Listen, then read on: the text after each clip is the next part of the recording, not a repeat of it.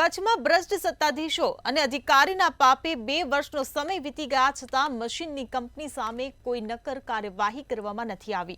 અગાઉ અંજારમાં ફરજ બજાવી ચૂકેલા અને હાલમાં ભુજ ચીફ ઓફિસર તરીકે ફરજ બજાવતા જીગર પટેલે સમયમાં સમગ્ર ભ્રષ્ટાચાર આચરવામાં આવ્યું હતું।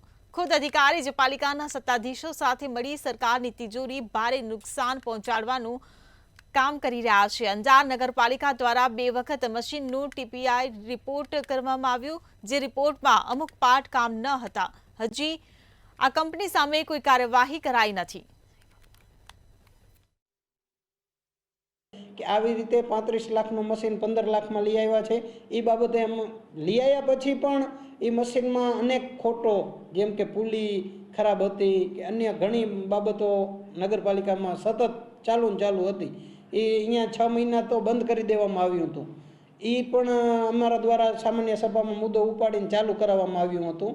ત્યારબાદ અંજાર નગરપાલિકા દ્વારા એ જે સામે ફરિયાદ જેની પાસેથી ગાડી લીધી છે તેને કેસ કરવામાં આવ્યો છે નગરપાલિકા દ્વારા કે એ ગાડી બદલાવી આપે।